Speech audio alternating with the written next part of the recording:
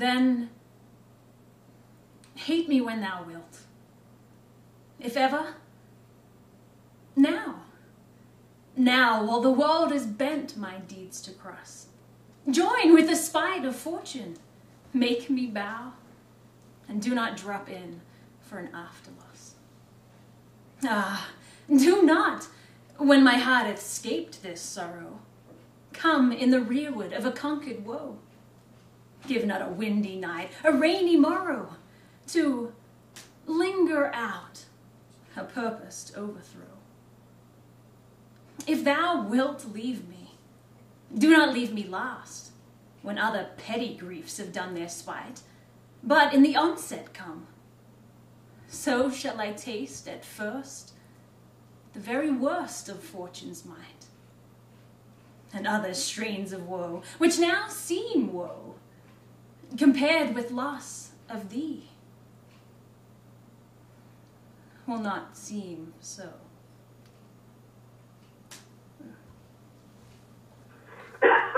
Okay, good. Joe, at the beginning, I think the second now needs more emphasis than the first one. Oh, yes, yes, yes. Because of the mounting kind of exasperation, right? Mm-hmm. I mean, it could work either way, but I think it works better if you give more emphasis, more emotional emphasis on now, the second now. One. Yes. And right now it's sort of halfway between this kind of ironic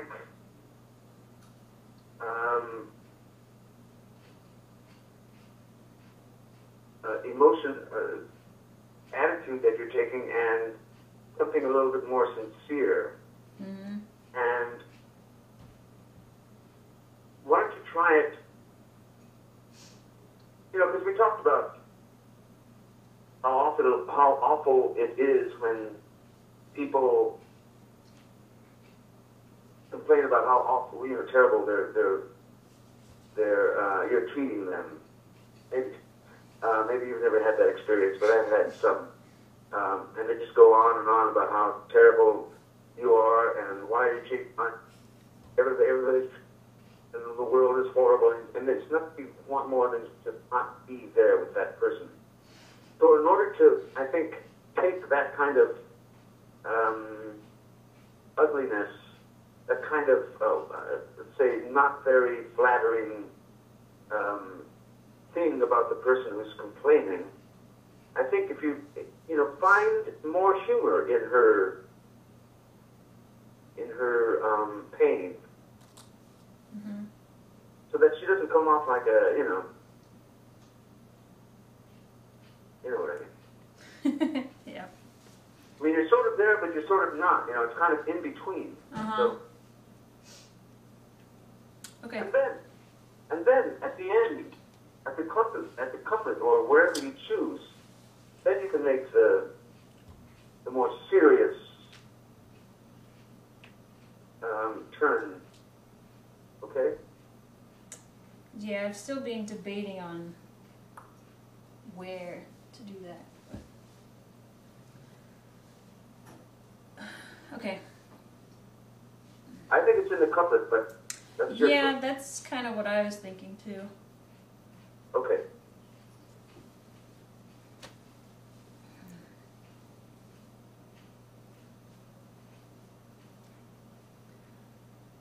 Then hate me when thou wilt. If ever, now. Now, while the world is bent my deeds to cross. Join with the spite of fortune. Make me bow, and do not drop in for an afterloss. Okay, hold on. So, Weird. make sure that we are clear that you're talking about that you're making a list of things that are screwing up your life right now. hate me, if ever now, while the world has bent my deeds to cross, join with the spite of fortune, make me bow, and do not drop in for an after loss.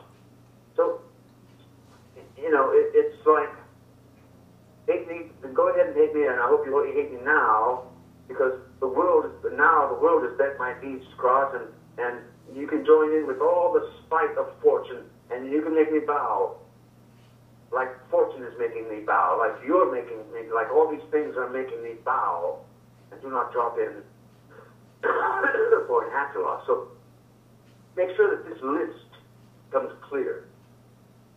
Okay.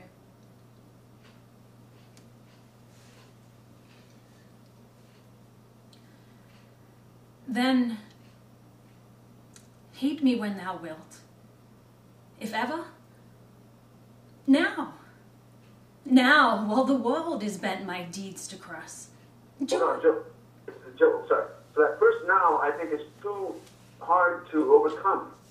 It was too loud, for one thing. It was too... it just made it harder for you to hop with the second now. Mm. Okay. It's okay to laugh. It's okay to giggle. It's okay to go as far to an extreme as to, because you'll have the turn that will give it the contrast. Mm-hmm. Then we'll see, oh, wow, she wasn't kidding. She's really, really, really in pain. Mm. This was not exaggeration. This was not hyperbole. She's really suffering. But you pretend like it's hyperbole, like it's exaggeration, for comic effect, to take the onus off of it.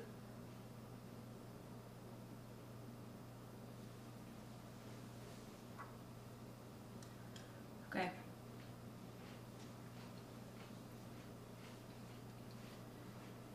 Then hate me when thou wilt, if ever, now, while the world is bent my deeds to cross. Join with the spite of fortune, make me bow, and do not drop in for an after loss. Ah, do not, when my heart hath escaped this sorrow, come in the rearward of a conquered woe. Give not a windy night, a rainy morrow, to linger out, a purposed overthrow. If thou wilt leave me, do not leave me last, when other petty griefs have done their spite, but in the onset come. So shall I taste at first the very worst of fortune's might, and other strains of woe, which now seem woe, compared with loss of thee, will not seem so. Much better. Much better. Mm-hmm. Because this sonnet, it lends itself, it's almost like a monologue out of one of his plays. Maybe Twelfth Night or something, but so it's fraught with all kinds of emotional things that you can add, nuances, subtle nuances that come out of Joanne, so that there's more, so that it's filled with personal investment. And so this last time the turn was more effective, but I think you can go even further. Yeah. It's like, let's see. Well, it's not unlike, it's kind of like Rosalind, from As You Like It. But she's putting up this brave front. And it's not till, and she doesn't really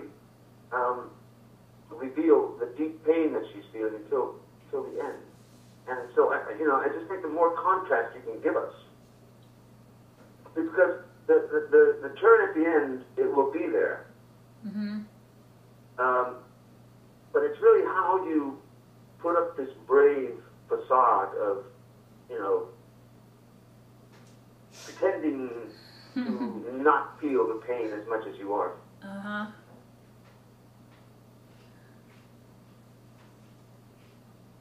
Okay. Okay. Do it again. And it's still a little bit rushed. Mm-hmm. If you slow it down, then I think you will allow these comedic, ironic impulses. You know, think comic timing in this one. Comedic timing. Okay.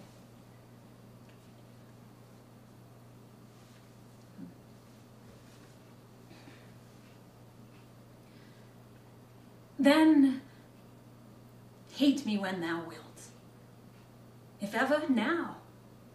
Now, while the world is bent my deeds to cross. Join with the spite of fortune. Make me bow, and do not drop in for an afterloss. Ah, do not, when my heart hath scaped this sorrow, come in the rearward of a conquered woe. Give not a windy night, a rainy morrow, to linger out a purposed overthrow. If thou wilt leave me, do not leave me last, when other petty griefs have done their spite, but in the onset come. So shall I taste at first the very worst of fortune's might, and other strains of woe, which now seem woe, compared with loss of thee, will not seem so. Ugh, so weird. Better. I still think you're rushing, and also there's not enough. You know, each quatrain has to be in a different key. Mm. And right, I think you're washing all three of them in the same key. So find, you've got to hear where you leave off in the first quatrain, and then find a modulation that takes you into another key, right? Even though you're still putting up this brave front, you still have to change keys. Mm. And I think if you do that, and if you still slow it down a bit, then you'll get it. At least as I see it. Then you'll get it. Okay. Then I'll But see what you see. You really have to go out and just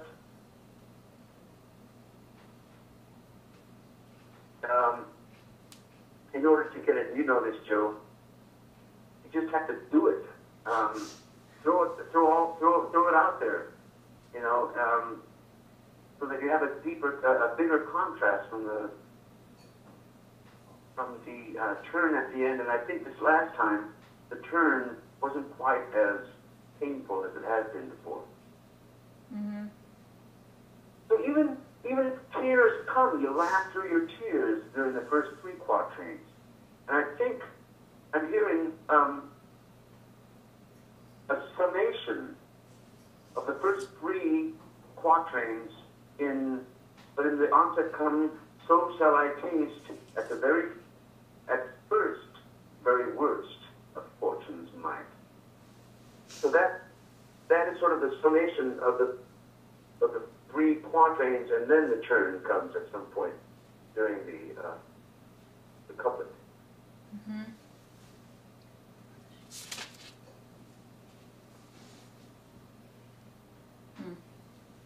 And so you have to also think of it in the sense that nothing is memorized. So you're really it's thinking on your feet. Yeah. And as we do most of the time, we either are creating a thought when we're in conversation, or where we are delivering a thought that has been fully framed in our minds before we speak it. Mm-hmm. So you're giving more of that sense of those choices. And that's really what long vision, short vision is. I mean, it's sort of the same thing as long vision, short vision. The thought that you're creating on the moment and the thought that has been conceived already in your mind, it's just a matter of saying it now. You know what I mean? Mm-hmm. Yeah. And if you slow it down, you can get more of that feeling. Okay. Then hate me when thou wilt, if ever. Now, while the world is bent my deeds to cross, join with the spite of fortune, hate me thou. And right, I mean, just take your time, find the time to create on the spot or deliver a thought that's already created. Okay.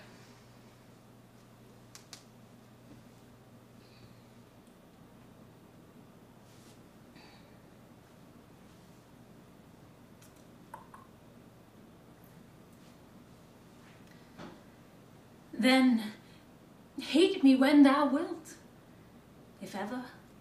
Now, while the world is bent my deeds to cross, join with the spite of fortune, make me bow, and do not drop in.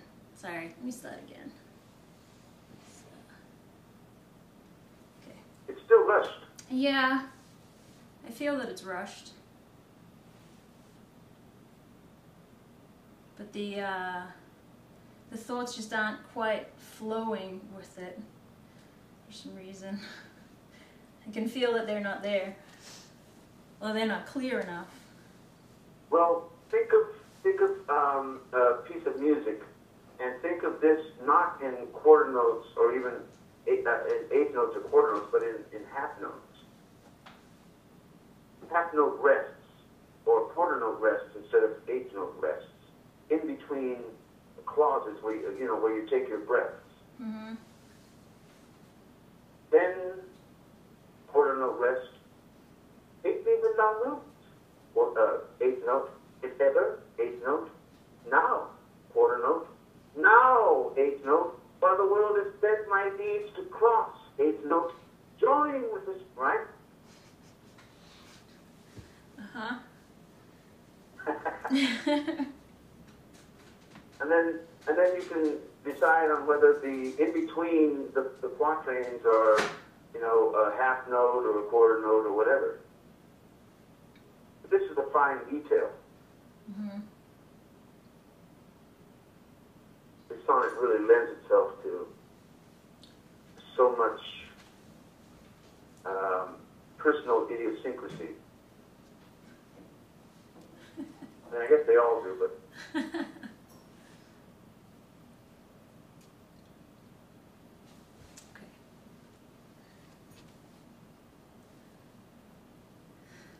then hate me when thou wilt, if ever. Now, while the world is bent my deeds to cross, join. Huh? I'm sorry, damn it, I said good. Shit. Let me try. That's exactly it. You didn't rush the if ever, and you didn't rush the first now. You didn't rush. You're right. Don't rush any of the breaths. Yeah, it's the breath. That's really the. Yeah. Okay. Yeah. Then hate me when thou wilt, if ever. Now, while the world is bent my deeds to cross, join with the spite of fortune, make me bow, and do not drop in for an afterloss. Ah, do not, when my heart escaped this sorrow, come in the rearward of a conquered woe. Give not a windy night, a rainy morrow, to linger out a purposed overthrow. If thou wilt leave me, do not leave me last, when other petty griefs have done their spite, but in the onset come. So shall I taste at first the very worst of fortune's might, and other strains of woe, which now seem woe, compared with loss of thee, will not seem so. Okay. So it was going really, really well until about the third quatrain, and that's when you started rushing the breaths again. Mm. Also, I think the span of time between compared with loss of thee and will not seem so just a little bit too long. Just a little too long. Uh-huh. But it started out really good.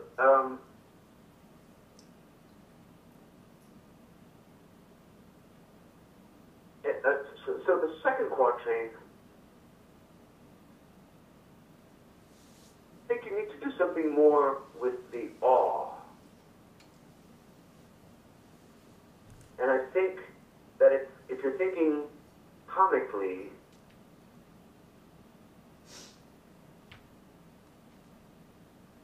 the awe will have a little bit something, some other kind of significance, a more specific significance. Mm. But the third quatrain is really when you started to leave, to Rush. actually you rushed also. If not a windy night. I know there's no pause. There's no punctuation. If not a windy night. I thought you rushed a rainy morrow.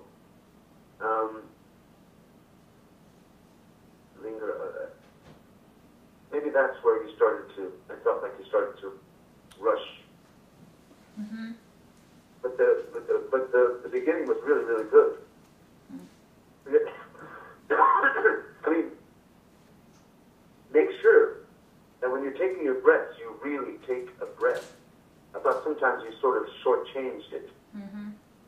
We're not going to lose you, as you well know, Yeah. to take the time to make the breath. Because all your choices, all your phrasing choices are very good. So believe in them and relax into them more. And then I think the couplet and other strains of woe, let it come gradually on you, this sincere pain that's going to be revealed, which now seem woe, compared with loss of thee. Would not seem so. I just think if you allow the pain, the sincere pain to grow in the couplet, instead of making it harder to do it on, turning on a dime, quickly on a dime, you do it more gradual, then it'll be easier and more effective, I think. Okay. Yeah, that makes sense. Try it again.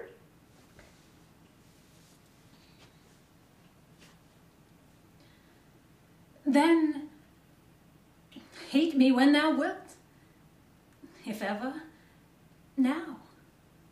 Now, while the world is bent my deeds to cross, join with the spite of fortune, make me bow, and do not drop in for an afterloss. Ah, do not, when my heart hath escaped this sorrow, come in the rearward of a conquered woe. Give not a windy night, a rainy morrow, to linger out a purposed overthrow.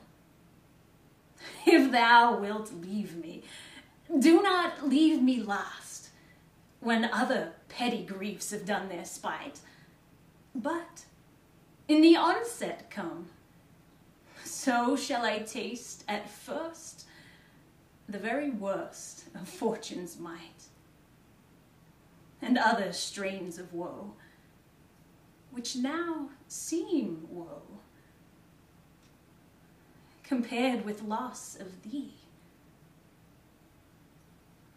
will not seem so.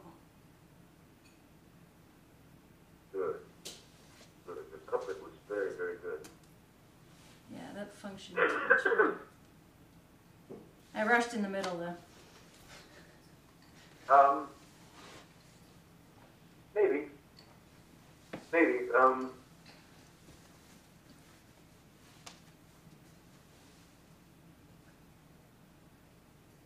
Okay, so now let's think about how we can be even more economical on the as we shape the specific thought. If thou wilt leave me, if thou wilt, from monosyllabic series, if thou wilt leave me, do not leave me last. The other petty griefs have done their spite. But in the onset come, so shall I taste at first the very worst of fortune's might. So last onset, right? Leave me last, onset come. Yeah. Counterpoint. Petty griefs, fortune's might.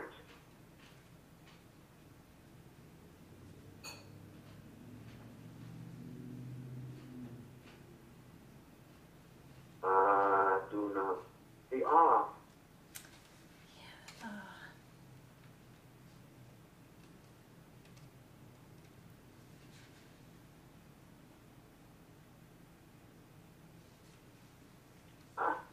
Oh, do not. Oh, do not. Oh, do not. Oh, do not. Oh, do not. It's part of monosyllabic series, so maybe don't separate it, right? Uh-huh. Ah, do not, when my heart hath escaped this sorrow, come in the rearward of a conquered woe. Give not a windy night, a rainy morrow. If thou wilt leave me. So, try it again. And let these monosyllabic series help you. And you don't have to change your choices that you made, but see if you can make more use of the monosyllabic series, and that will also help you to slow it down. It's really working well when you just take your time and don't rush the breath. Even in that give not a windy night breath, don't shortchange that breath. Yeah. Yeah. Okay. To linger out a purposed overthrow. Okay, here we go.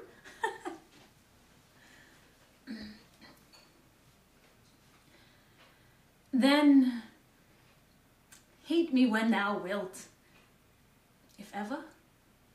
Now, while the world is bent my deeds to cross, join with the spite of fortune, make me bow, and do not drop in for an after loss. Ah, do not, when my heart escaped this sorrow, come in the rearward of a conquered woe. Give not a windy night, a rainy morrow, to linger out a purposed overthrow. If thou wilt leave me, do not leave me last, when other petty griefs have done their spite, but in the onset come, so shall I taste at first the very worst of fortune's might, and other strains of woe, which now seem woe, compared with loss of thee, will not seem so.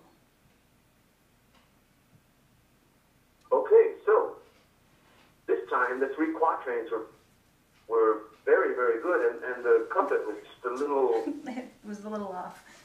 It just didn't have the pain. Yeah. The depth of the pain.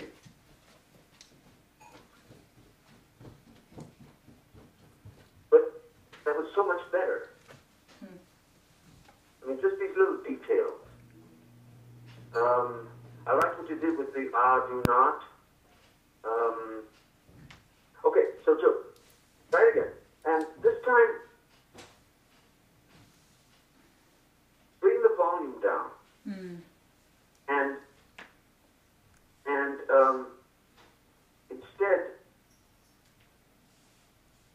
any impulse that you have to speak loudly in order to make your point, fight it by, I mean, so that you're constantly containing any impulse to cry, to burst into tears, and which doesn't mean that you won't. But keep it. Let's say that right now your volume between 1 and 10 is at 8 and 7. Keep it at 6 and 7. Okay.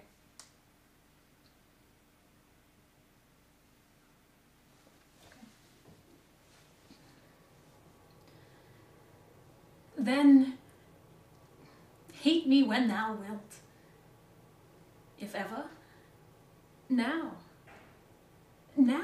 while the world is bent my deeds to cross, join with the spite of fortune, make me bow, and do not drop in for an afterloss. Ah, do not, when my heart hath scaped this sorrow, come in the rearward of a conquered woe. Give not a windy night, a rainy morrow, to linger out a purposed overthrow. If thou wilt leave me, do not leave me last, when other petty griefs have done their spite, but in the onset come. So shall I taste at first the very worst of fortune's might, and other strains of woe, which now seem woe, compared with loss of thee, will not seem so. Much better. Much better. That was so easy, wasn't it? Yeah, it was easier. Yeah, that was... Because, you know, we've talked so hard about, so long, and, you know, about projection and voice work, and you really have that under control now. And so now, you know, it's the way they talked about Schofield. You know, Richard Burton had a bigger, boomier voice, and Olivier shouted his way through. You know, Schofield really didn't. I mean, he just relied on the fact that his voice was there. It was a powerful voice. Everybody knew it was. But he didn't use it as his main artillery. You know, it wasn't his only weapon. What really made him such a great actor was the breadth and depth of his emotional perception, and how, you know, what he invested into his characters. So that really, that in the end is much more affecting to an audience than somebody else that has, you know, a bigger voice or, you know, whatever. Mm-hmm. What's going to affect the audience and that which they will remember the most is the truthfulness of the humanity of the character.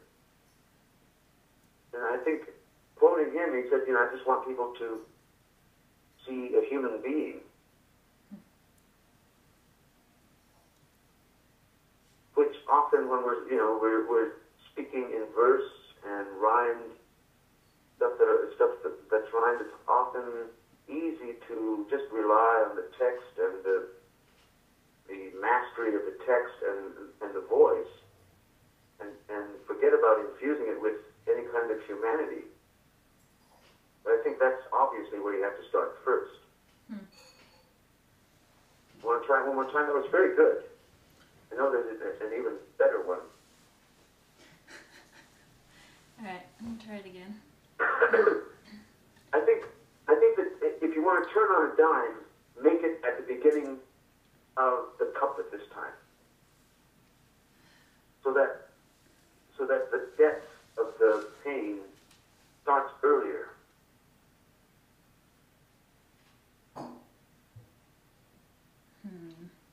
But I really liked what you were doing with the words. You were really shaping the clauses. It was really alive, and it seemed to come out of you effortlessly. That's exactly where we want to be. Okay.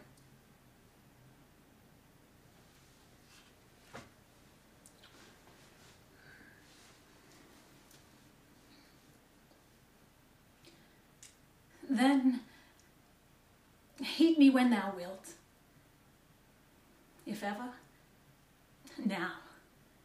Now, while the world is bent my deeds to cross, join with the spite of fortune, make me bow, and do not drop in for an after loss. Ah, do not, when my heart escaped this sorrow, come in the rearward of a conquered woe.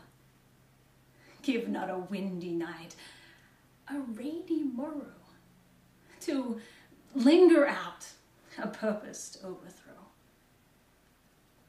If thou wilt leave me, do not leave me last, when other petty griefs have done their spite, but in the onset come. So shall I taste at first the very worst of fortune's might, and other strains of woe, which now seem woe, compared with loss of thee, will not seem so. Beautiful. Very nice.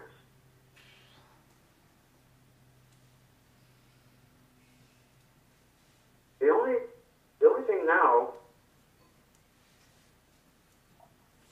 that I would add, and really because you're able to ingest these notes and digest these notes and make them your own quickly, is to sometime within the first three, because I think you're getting that impulse now, within those three quatrains, that you really, that if you shed tears while you're doing it, and we see you fighting through them, even if they do appear, then it becomes so much, it's just so affecting then. And I think you're close to getting there. So I don't know if you want to try it one more time, or if you want to bring it back, or... I didn't try it again. Okay. Try it again. So, in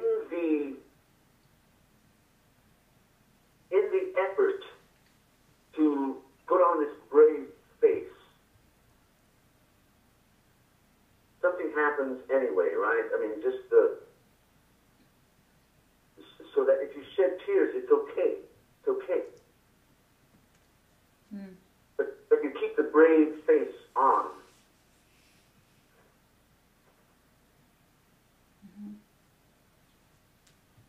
And slowing it down the way you're starting to now is really going to make it easier for you to do that.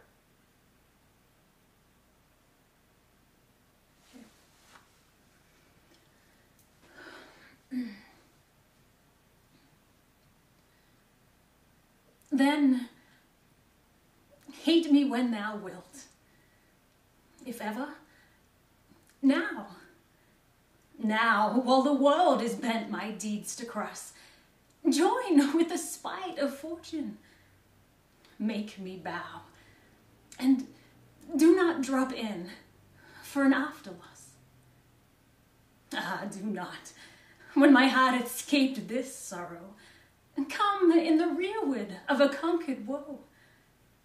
Give not a windy night, a rainy morrow, to linger out a purposed overthrow. If thou wilt leave me, do not leave me last, when other petty griefs have done their spite, but in the onset come. So shall I taste at first the very worst of fortune's might, and other strains of woe, which now seem woe, compared with loss of thee, will not seem so. Yeah. Very good. Very good. I mean, so just fighting that impulse is what causes such great tension and makes us just riveted to what you're saying, watching this event happening, very personal event happening. It was so affecting. It was very good. Actually, it was really tough once I got to the couplet, not to just like fully break down to the point where I thought I wasn't going to be able to speak. Yeah, and that's where you want to go. That's where you want to be, because you have enough control, mastery of your tools that you can still do it. You can still do it. So that was very good, Joe. Very good. But right, Asuka? Yeah. She's going through her lines. No, that was very good, Joe. Excellent. So, just the watching the struggle and hearing what you're trying to express to this person is what causes the tension. That's where the drama is. It's never there with mere sincerity. There's no drama in that. There always has to be something in the subtext that takes it out of a mere frontal attack, a mere sincere attack, and something that flanks, or something that rivets the audience to a struggle that's going on. And so that's what you did. It's really That's what we have. Oh. I was just going to say, that's what we have to find in all of these sonnets. Yeah. And in any of our scenes that we do, that that subtext, that inner intention, and it really then becomes close to what Lynn is talking about. Two things that are seemingly unrelated, because you're pretending to put on this face, this brave face. You start off with this brave face, but we see that facade crumbling. And so these two opposites work together to create something really beautiful. Something, a struggle, a dramatic tension that is impossible not to be arrested by. It's very, you know what I mean? Yeah, it's interesting because I've been thinking about this question of how there has to be tension. Like in a play, there has to be tension, there has to be conflict between the characters. But yeah. it's generally between the characters. But with the sonnet, you only have one character, so to speak. So the question of creating the tension and the conflict, but instead of it being between two people, it being inside one person. and creating that conflict. It's a different, something I hadn't thought believe of. it or not, we see the other person. We're wondering, who is this person? And the more clear the event becomes, I mean, the more clear and specific the text is as you're expressing it, the sharper the image of that person that you're speaking to becomes. And, it becomes someone different for anybody who's listening. But, for someone it might be another woman that you're talking to. For someone it might be a man, it might be, we might consider that it's your boyfriend, your husband, your, whatever. So the second person that you're talking to, the unseen person, actually gets clearer for us. Yeah. Becomes more of a character. A living character within the scene, right? Yeah.